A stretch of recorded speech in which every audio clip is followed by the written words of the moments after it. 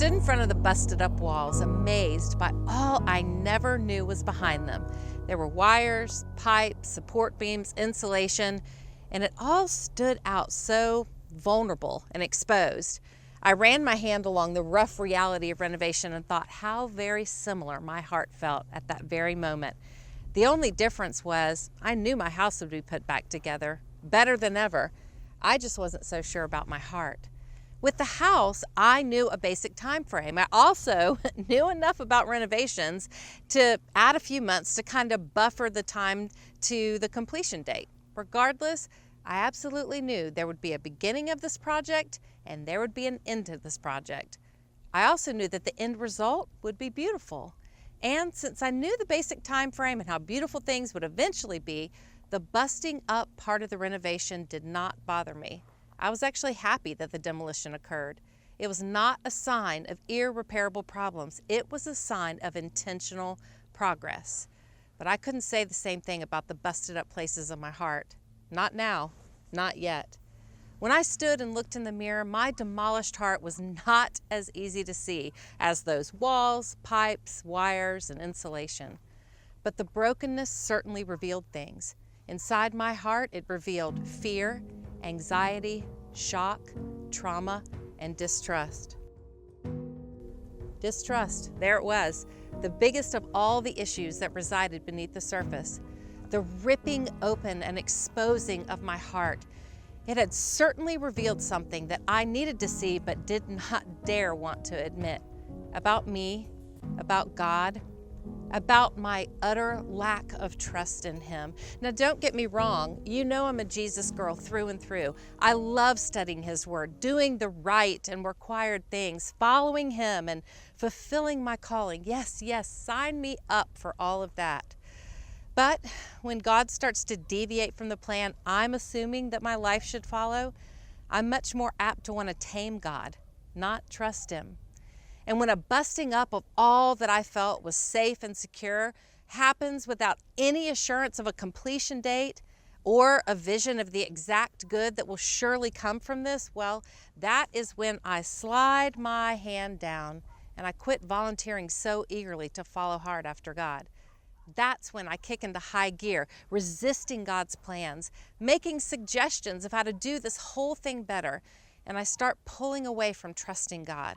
I press into my ways, my timing, and my assumed better plan.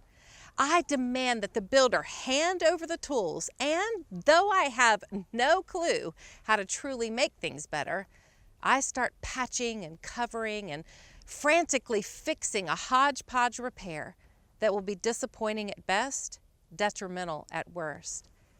You know, I can see this so clearly in my house renovations. And I have no desire at all to displace the master builder there. I just wish I could have the same clarity in my trust of God. And I guess at the risk of exposing too much of my own flesh tendencies, I'm going to pull back a protective layer of my soul. I want to trust God, and I'm good with declaring my trust of Him. But declaring faith is not the same thing as walking out an absolute dependence on God to be God. That's where I want to build altars of my own solutions. That's where I want to run and fix things my way rather than fixing my eyes on the Lord and actually trusting Him.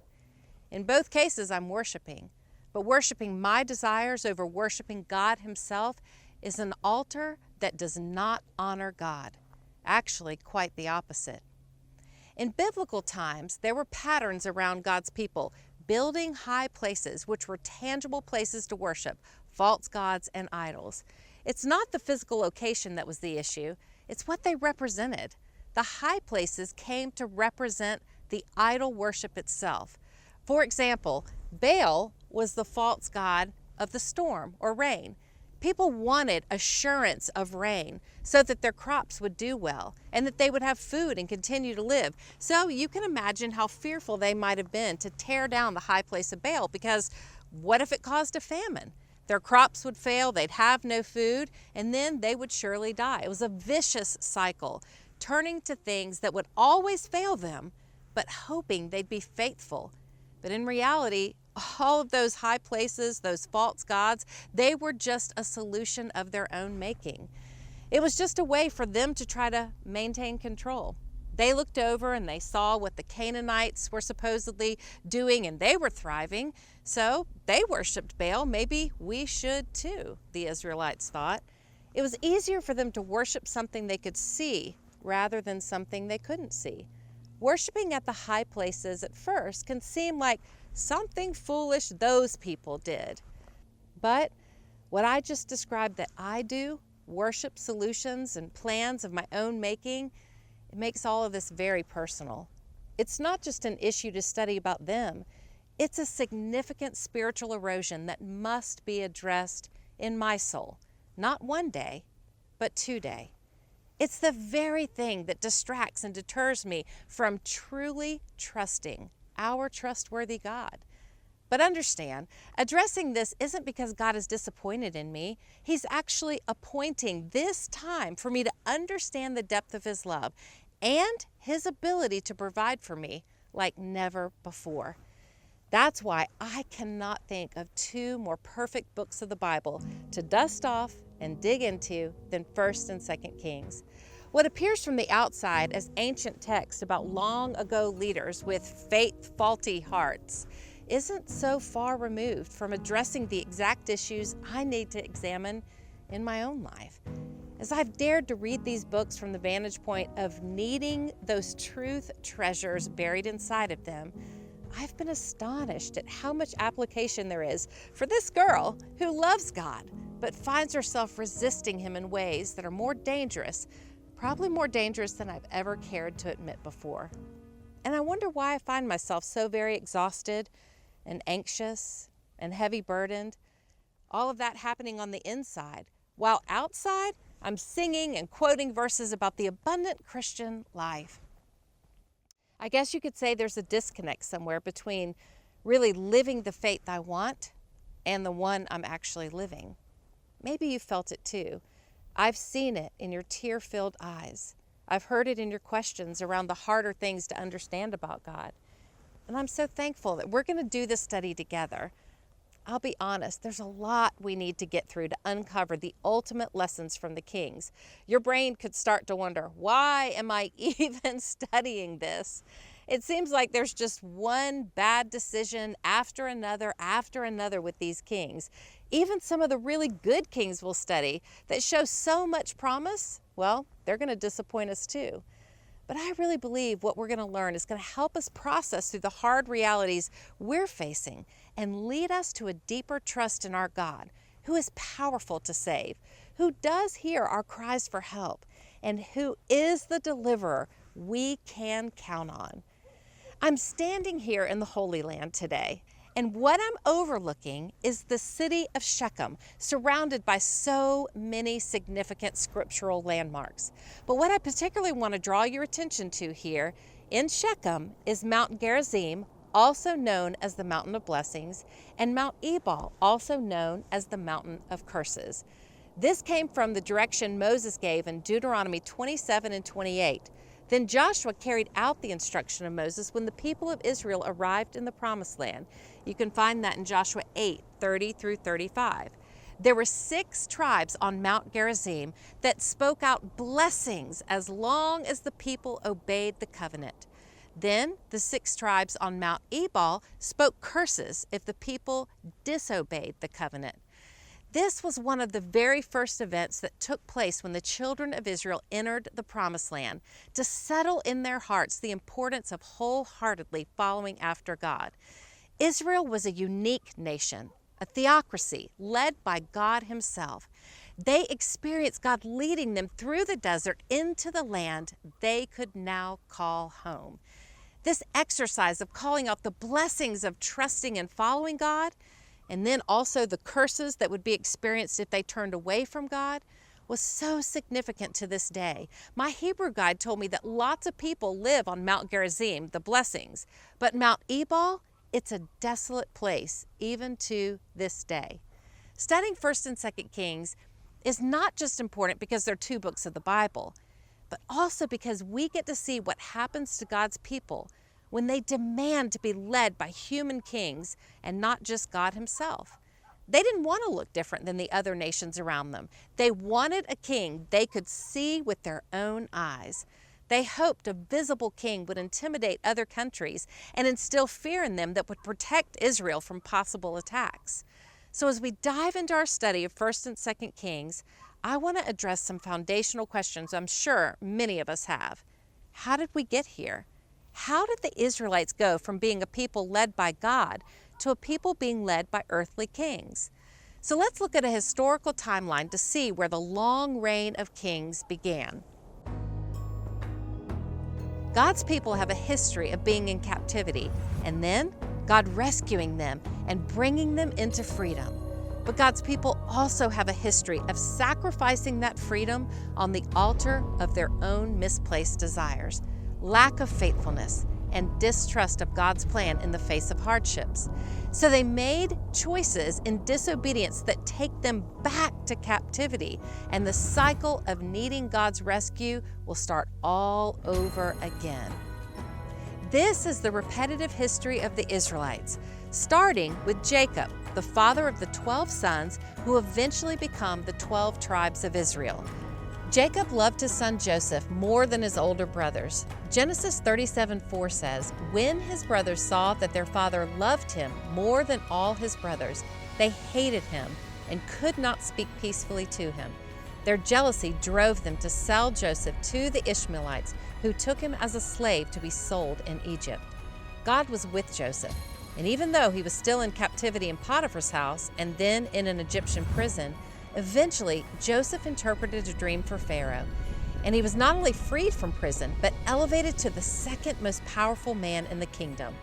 When famine hit the land, Joseph's brothers came from Israel to Egypt looking for food, and Joseph made the difficult decision to forgive them and provide for them. Eventually, all the brothers moved to Egypt and multiplied to form the entire nation of Israel, a fulfillment of the promise made to Abraham about his descendants. Generations later, a Pharaoh came into the picture who did not remember Joseph and therefore didn't remember the good Joseph did. He was threatened by the massive numbers of Israelites in Egypt and enslaved them to maintain control. God heard the cries of the enslaved Israelites and raised up a deliverer. The first deliverer, Moses, is a shadow of the true deliverer and final deliverer, Jesus. Moses came from the tribe of Levi. His brother Aaron became the first priest of the nation of Israel. After God rescued and delivered the Israelites from slavery through Moses, they wandered on their way to Canaan, the promised land.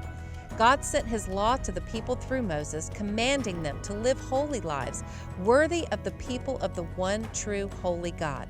The people instead made idols and complained to Moses.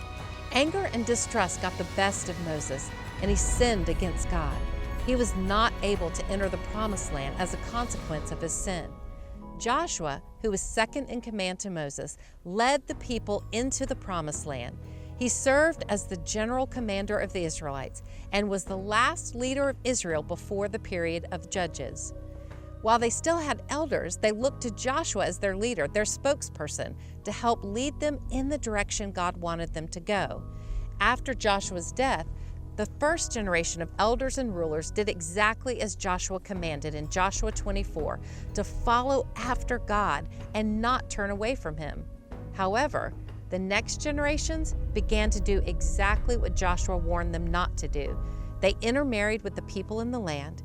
They looked to pagan gods. They distrusted the one true God and disobeyed God's law.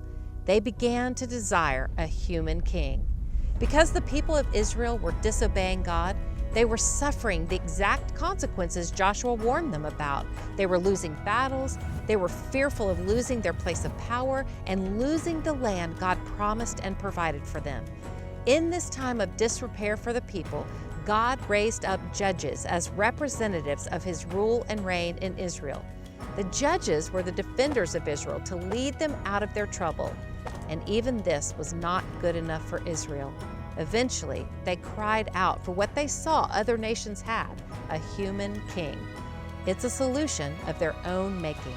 It's what they demanded from God, despite Him making it clear that a human king would not free them, but rather enslave them.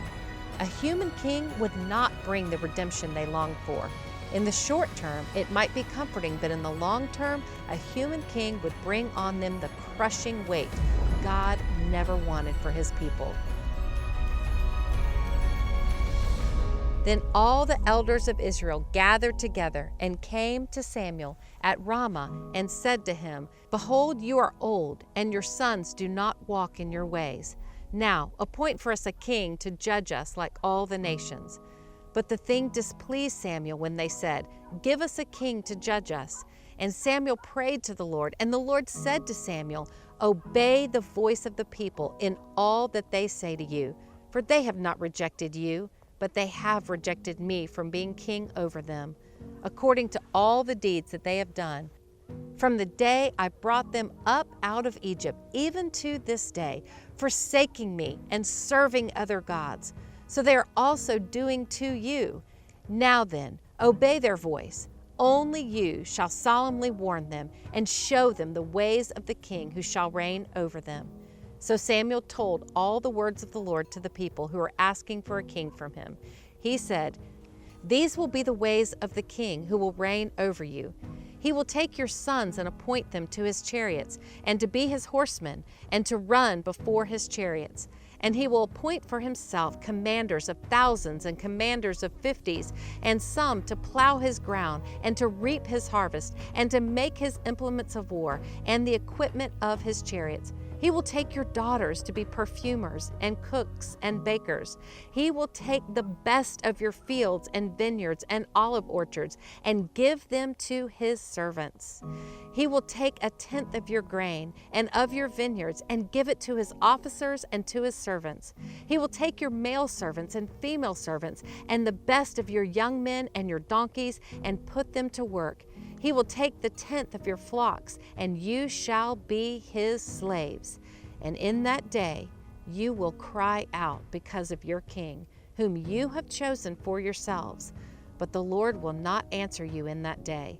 But the people refused to obey the voice of Samuel, and they said, "No, but there shall be a king over us, that we also may be like all the nations, and that our king may judge us and go out before us and fight our battles."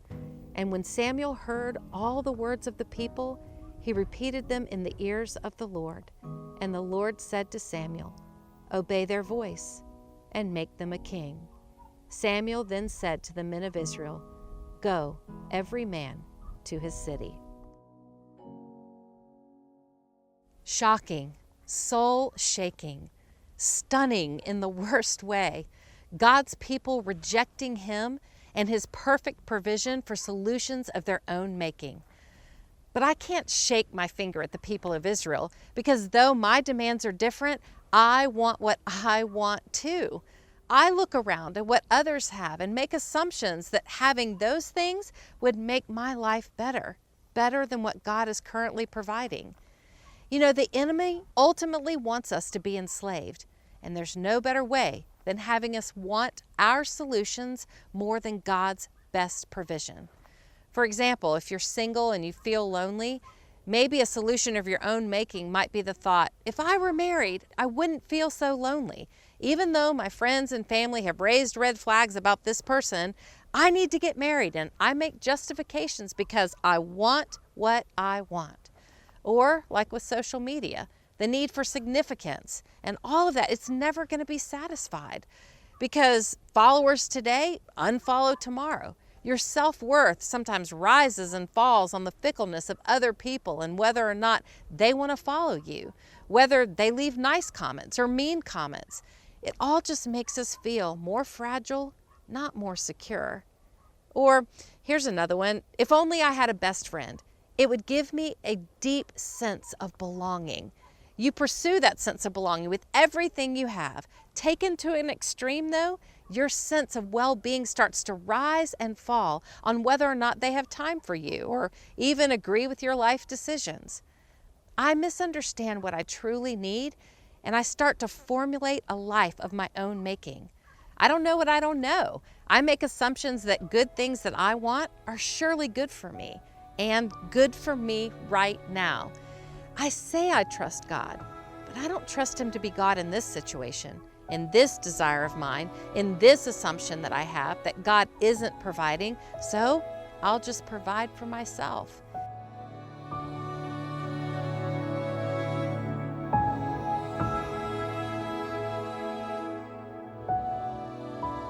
It's important for us to see this thread of distrust as a consistent theme from the Old Testament through the New Testament. Remember what we have learned so far about Israel choosing an earthly king over the divine King of heaven. One of the most specific and tragic examples of this is in the rejection of Jesus for the release of Barabbas. In the New Testament, we find the story of Barabbas and Jesus, and it's in all 4 Gospels. It's important to learn what we can about Barabbas in order to identify those possible motivations for this devastating choice. We know that Barabbas is one of those among the rebels in prison who had committed murder in the insurrection. And I guess in my mind, I've always thought of Barabbas being a really bad guy to the people. But actually, because Barabbas, he would go and steal from some of the wealthy people, and his plan was really to disrupt the Roman authorities, the crowds liked him. They had a favorable opinion of a man like Barabbas. They didn't just talk about fighting for what they believed in, they were living it out. So while we know the reason for the release of Barabbas started with the instigation and the prompting of the chief priest and elders, it's also very likely the crowds would rather choose Barabbas because he represented and was actively involved in their agenda of freedom from the Roman oppression. I think Charles Spurgeon captures the complexity and simplicity of the issue as he taught that the people misunderstood Jesus' ultimate purpose. While they were drawn to Barabbas because he was trying to fill an immediate need of overthrowing Roman oppression, Jesus acts out of a purpose of eternal good for humanity. Spurgeon says his whole intent evidently was their good. His people reject him for an immediate good they were desperate for. I imagine some of the thoughts the crowd was feeling would be thoughts that maybe I'd be feeling. No, give us a king. Jesus isn't fighting against the Romans for us, so how could he truly be trustworthy? No, give us Barabbas. At least he fought for our benefit in the past. He must be more trustworthy. No, give us the solution we have created in the timing we want. However, the people's thought process was broken and in need of reorientation towards the truth of God. We need to remember the words of the psalmist in Psalm 111:7. The works of his hands are faithful and just. All his precepts are trustworthy. One of the most helpful passages in all of Scripture is found all the way at the end of our Bible in the book of Revelation. Let's look at Revelation 21:5. And he who was seated on the throne said, "Behold, I am making all things new." Also, he said, "Write this down, for these words are trustworthy and true." We can look to what will be to give us faith in the trustworthy nature of God in the middle of our right now. Oh, friends, in this study, I really want to create a safe place to acknowledge that sometimes we too distrust God. And I want us to discover how God will give us relief for our places of unbelief. Together, we're going to find a more grounded faith, beautifully renovated hearts, and a strengthened trust in God like never before.